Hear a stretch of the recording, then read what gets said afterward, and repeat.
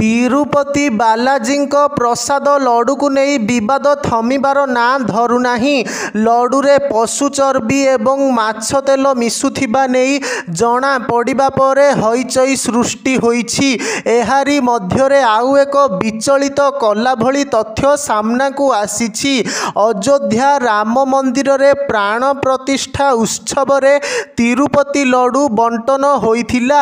सेही दिन 300 केजी तिरुपति लड्डू बंटा जाइथिला बोली राम मंदिर मुख्य पूजक आचार्य सत्येंद्र दास दाबी करिसंती। चलित वर्ष जानुआरी 22 रे उत्तर प्रदेश अयोध्या राम मंदिर रे प्रभु रामलालांको प्राण प्रतिष्ठा अवसर रे आंध्र प्रदेश तिरुपति मंदिर लड्डू बंटन होइथिबा से कहिसंती। तिरुपति मंदिर लड्डू रे माछ तेल और पशु चर्बी मिसुथिबा उपरे प्रतिक्रिया रखी आचार्य दास कहिसंती एहा एक सांघातिक षड्यंत्र। जदि लड्डू रे पशु चर्बी मिसुथिबो तेबे ताहा अक्षमणीय कार्य। दोषींको विरोध रे दृढ़ कार्यानुष्ठान नियाजिबा जरूरी। एहा सह जातीय तदंत एजेंसी द्वारा एही मामलार तदंत हेउ बोली से दाबी मध्य करिसंती।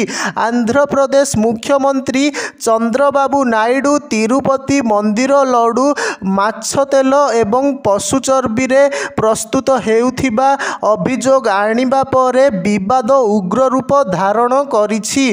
पूर्वरु वाईएसआई कांग्रेस सरकार समयरु एपरी करा जाउथिबा से कहिथिले। एहा परे गुजरात रे थिबा एक घरोई लैब रे लड्डूर मान परीक्षण करा जाइथिला। परीक्षणरु जणा पड़िछि जे माछ तेल गोरु चर्बी एवं घुसुरी चर्बी रे लड्डू प्रस्तुत हेउछि। एहा परे केंद्र सरकारଙ୍କ पक्षरु राज्य सरकारଙ୍କୁ रिपोर्ट मगा जाइछि। ए सबु भितरे अयोध्या राम मंदिरर मुख्य पूजकଙ୍କ दाबी लक्ष लक्ष श्रद्धालुଙ୍କୁ चकित करिछि।